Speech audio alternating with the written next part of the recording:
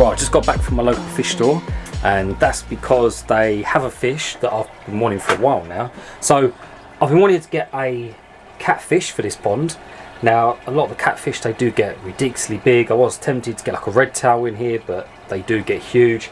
I would have put like a ripsaw catfish, something like that in here, but I am worried about the saw down the side sort of slashing the pond line, if you like. So this one, it still has spines on it, so I've got to be careful, but I think it's going to be ideal for this pond.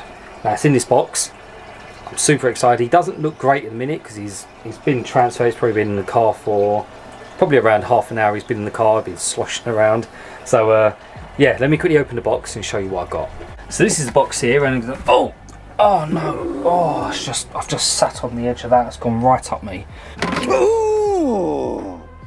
Oh no. Right, right, so this is the box. Now we did originally put him in a bag and he popped the holes in that just because of the spines on him, so yeah, we had to chuck him in the box. But here he is.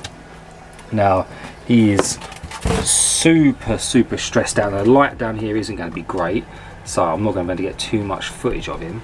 But this is a giraffe, if it wants to focus, a giraffe catfish. And I believe they get their name because they have like a giraffe pattern as they get bigger. So you can see, let me a second, let me get some better light on this. There we go, that's better. So this is what he looks like. Now you can see he's got a little bit of a red mark, and on his fin there you can see the fin has split, but that's just from where they netted him out. When you try and use nets on these guys, their fins do get caught and torn up a little bit, so you do have to be careful. Ideally you can use like a rubber net with these guys, they don't get tangled up that much. But yeah, this is the little chap. So what I'm going to do is I'm going to set him up with a bubbler. I've got a spare bubbler somewhere that I'm just going to pop on here, and then we'll get him slowly acclimated. I'll slowly start pouring water in just to make sure the water's basically the same temperature, and then we will get him in. Now I'm probably going to hand him into the pond just because I don't want to net him out with a normal net. I haven't got one of the rubber nets yet, but I do plan on getting one. But I'm going to just use my hand and hopefully I don't get spined. But I will put a picture up what they look like. I think they look incredible as adults. They do get quite big. They are quite personable as well, which is what I like about fish. So yeah, I reckon he'll do well, and he's a decent size. He's a good, getting on for about 10 inches now, and yes, that is a proper 10 inches, not a man's 10 inches, but yeah, he's a very decent size. So you can see that. I don't know where this guy has got this from, so I'm literally just getting this guy acclimated and ready to go, but my male black diamond has somehow taught himself to squirt water.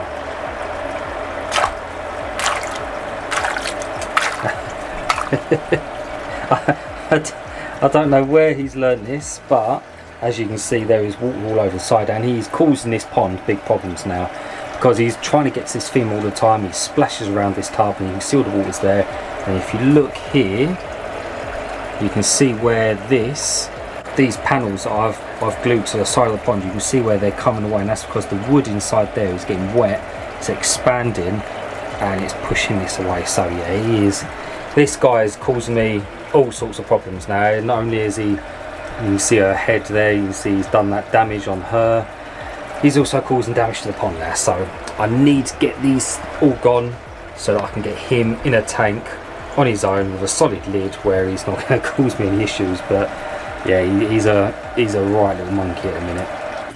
And that's the acclimation done. So, oh, I just saw him blink there, that was quite cool. So, I'm going to try and get him out. He's probably going to be very skittish.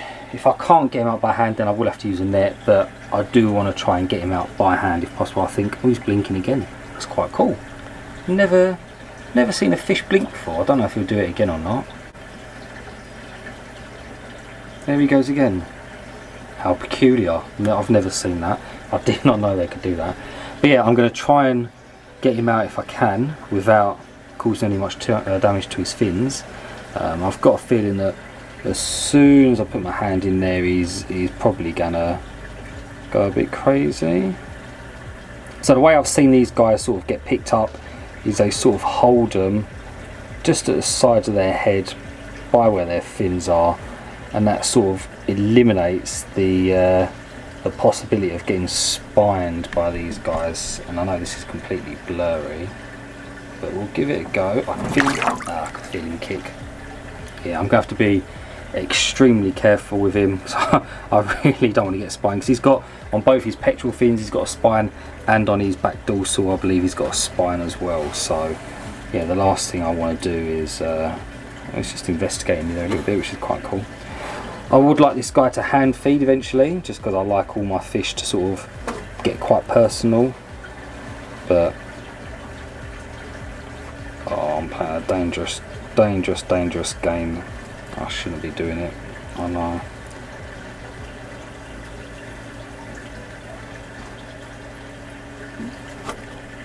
Yeah, I don't think that's going to happen, to be fair. I think I'm just going to do myself some damage.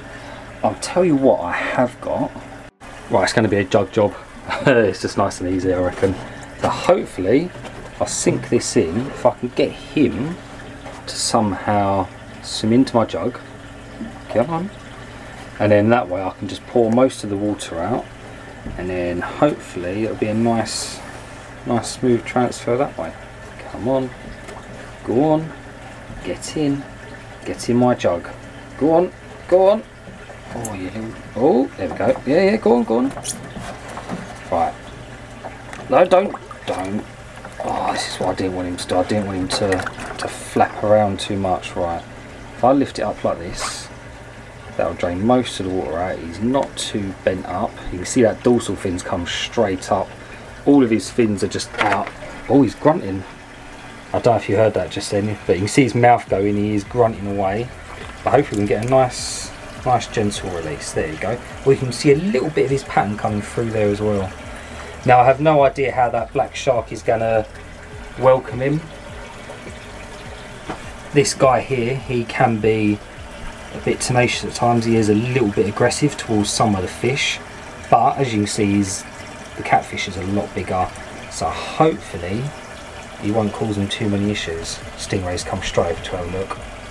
Now, as I said before, this pond is absolutely huge. It's 6 foot by just under 4 foot wide and just under 4 foot deep, so there is plenty of room. You can see the shark over there just probably letting him know who's boss. But yeah, there's loads of room. If I zoom out, you can see that he looks tiny. On camera it does look smaller than what it is, but honestly, even when you look at the stingrays have probably got an 18-inch diameter disc.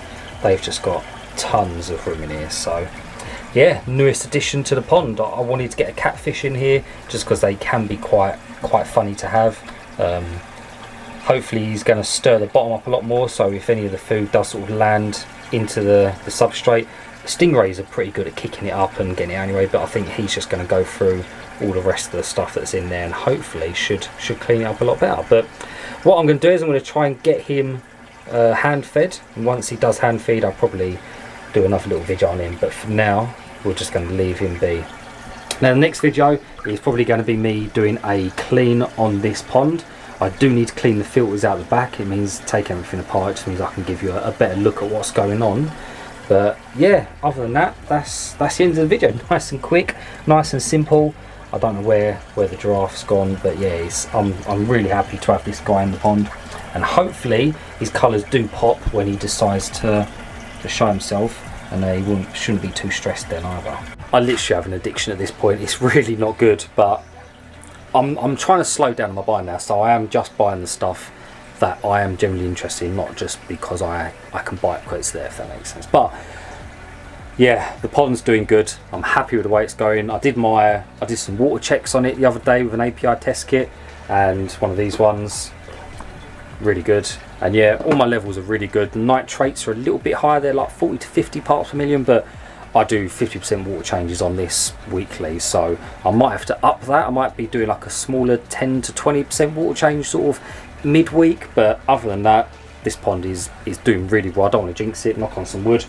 I don't want to jinx it, but yeah, it's coming along leaps and bounds. And that female stingray, she's pregnant, and then once I get rid of these snakes, as I keep saying, if I get this big 6 foot tank up there, it's just going to make this whole room look 10 times better.